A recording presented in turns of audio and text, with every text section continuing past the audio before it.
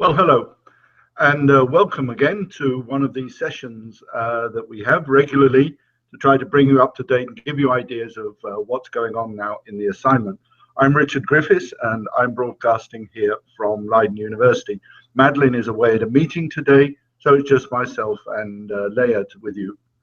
So up till now, those of you who've taken the chance have been able to put your research question for peer review. And if you've done that and you're going to review them for other people, please take it seriously. Give them a bit of feedback, because that really is part of the community that we try to create, that we actually actively try to help people.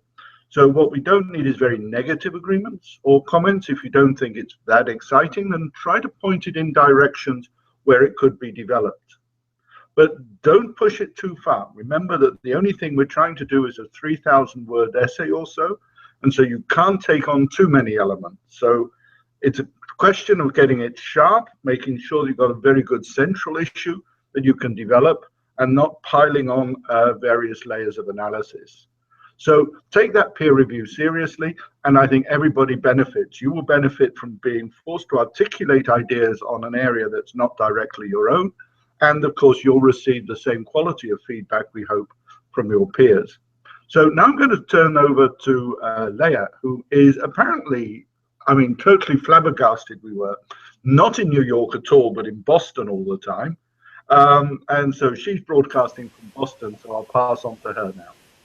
Yeah, thank you, Richard. No problem. New York also sounds very good. So, welcome to the second Google Hangout. My name is Leah Starter from the University of Geneva. And so by now you have maybe submitted your research question to this peer review process. And a challenge that you may encounter right now is that you have 2 or 3 research questions that you find so interesting. So what to do with that? So in this case, we encourage you to look once again at the grading criteria and check your research questions in this respect. So there are some research questions that may correspond more to the criteria that we actually expect. So then you can already reduce it maybe to 2. And then think about which of these 2 research questions are easier to develop in terms of the main line of argumentation that you would like to follow. Some research questions require a really complex line of argumentation. So here we would encourage you to go for the more precise research question. You can test that also when discussing the research question with your peers or with your friends. So where do you feel most comfortable in terms of making a line of argumentation? Where do you find the best resources and so on?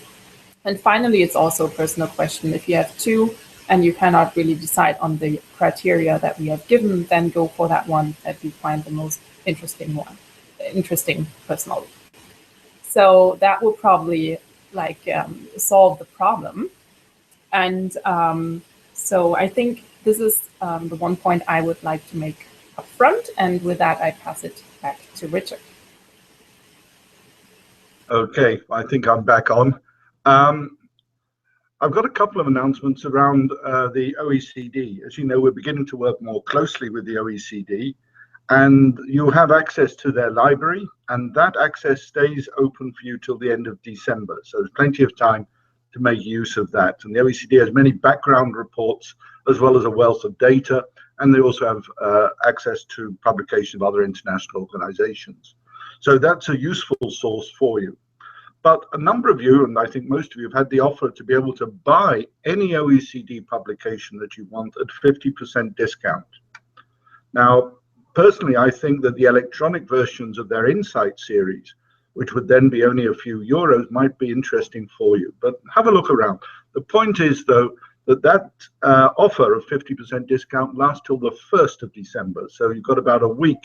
If you want to order any of their publications, you've got a week and put in the code, and you have 50% discount on it. So might be worth going for if there's a substantial piece that you want to use for your project. So that was my major points, I have to say. Leah's been telling you how to develop the thing. We've had one question about anonymity. And so just to clarify for that, don't put your name on the essay. We will know who you are, but that stops other people knowing who you are. It's a safeguard. It's nothing particular. We don't expect anything to go wrong. We're a community based on scholarship and trust, but just in case, it's a small measure that you can take. We've also had some questions of whether you submit in PDF or Word, and we'll clarify that in the written instruction. So I think that's the best, easiest way to deal with that. So I think I'm almost exhausted what I want to say. I have got a couple of podcasts out there that you can look at for more and more advice on how to build up your essay and your argumentation. But for me, that's goodbye from Leiden, and I pass over to Leah. Okay, yeah, thank you. I actually have like 2 more points that I would like to address. There has been a question in the forum whether you can use or build on the papers that you have written for the 3 courses or the 3 MOOCs. And our answer is yes, you can, but at the same time, make sure that you now switch them to the questions that we are asking or the assignment that we are asking for the essay, so for the capstone project. So, for example, in our course on public-private partnerships and international organization management, we ask you to write a 1-pager about a public-private partnership that you are familiar with. So you can use that as a starting point, because maybe this public-private partnership is a response to a challenge that an international organization is actually facing.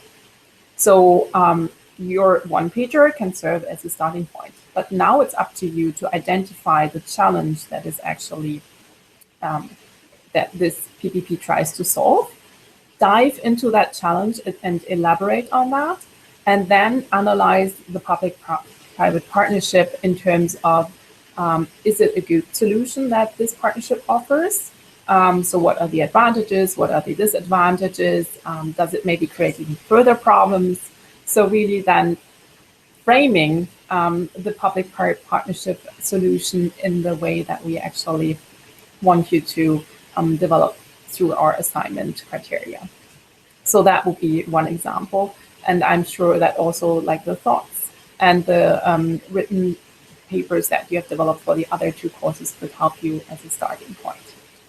So that is the one point. And another point I would like to mention that very often when you develop an essay, you start with a research question and you develop your line of argumentation. And when you go through that process, you realize that, okay, there is actually an opportunity to narrow the research question even further, because very often you start broad, and then through all the information that we get and in the process, we are able to narrow the research question or to refine it, and that's okay. So don't think that the research question that you now have is static and cannot be slightly adapted. So make sure that at the end you have an essay where the research question really fits what you're actually analyzing in the end. So, and I think that was the last point from my side. If you have further questions, don't hesitate to actually post them in the forum, and also there to interact with your peers in this essay project. So good luck for the next steps, which are especially developing your main line of argumentation and gathering all the resources and material that you need for that. And then see you next week. Okay. I just, for my part, to endorse everything that Leah has said, to wish her a very happy Thanksgiving over there in Boston, and all the rest of you in America. I wish you a great Thanksgiving. I hope your football team wins if you have one, and I'll see you next week as well. So that's it for me. Don't forget, the whole thing is supposed to be enjoyable, and have fun with it. Goodbye for now then. Goodbye.